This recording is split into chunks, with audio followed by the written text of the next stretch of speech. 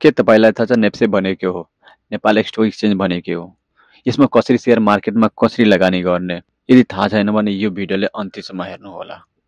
Nepal stock exchange भनेको नेपालको share बजार हो जहाँ कम्पनीजहरूको सेयर बेच्ने र लगानीकर्ताहरूले किन्ने बेच्ने गर्छ।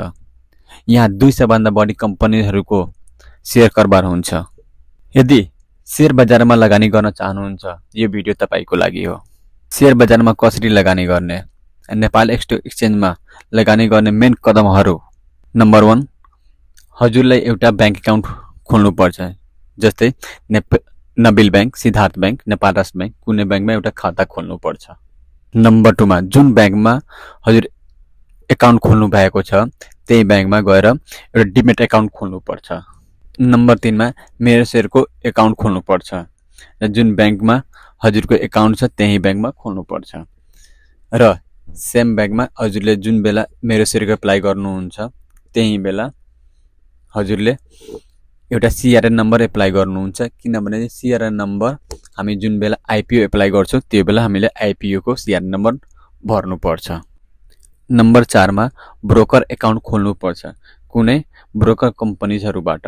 जस्तै नासा सिक्युरिटीज, प्राइम सिक्युरिटीज जस्ता कम्पनीजहरुबाट हजुरले एउटा ब्रोकर एकाउन्ट खोल्नुपर्छ जहाँ हजुर आफ्नो शेयरलाई किनबेच गर्न सक्नुहुन्छ।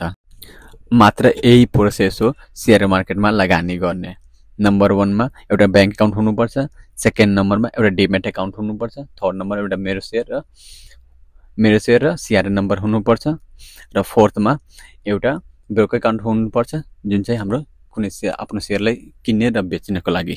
लगानी गर्नुभन्दा अगाडि राम्रोसँग रिसर्च गरेर शेयर खरिद गर्नुहोला र लगानी गर्नुहोला तर सोचेर गर्नुहोला। आजको शेयर बजार अपडेट सूचक अंकमा कति पुगेको छ, सबैभन्दा बढी घटेको कम्पनीहरू र सबैभन्दा बढी वृद्धि भएको कम्पनीहरू, तपाईको शेयर कस्तो चलिरहेको छ हाम्रो कमेन्टमा लेख्नु होला। शेयर बजारका 3 महत्त्वपूर्ण कुराहरू। शेयर बजारमा नयाँ हुनुहुन्छ यो 3 टिप्स पालना गर्नुहोला। नम्बर 1, रिसर्च गर्नुहोस्, हालामा नपर्नुहोस्। नम्बर 2, धैर्य राख्नुहोस्, शेयर बजारमा छोटो समयको खेल होइन। नम्बर 3, छोटो समयमा नाफा खोज्नु भन्दा लामो समयको लगानी सोच्नुहोस्।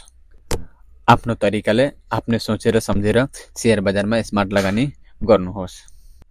के तपाईलाई थाहा छ नेपाल स्टक एक्सचेन्ज 1993 मा स्थापना भएको थियो। आज 200 प्लस कम्पनीजको बजार बनेको छ। शेयर बजारमा लगानी गर्नु भएको नेपालको अर्थतन्त्रमा योगदान गर्नु पनि हो। शेयर बजारमा हुने 3 गल्तीहरू।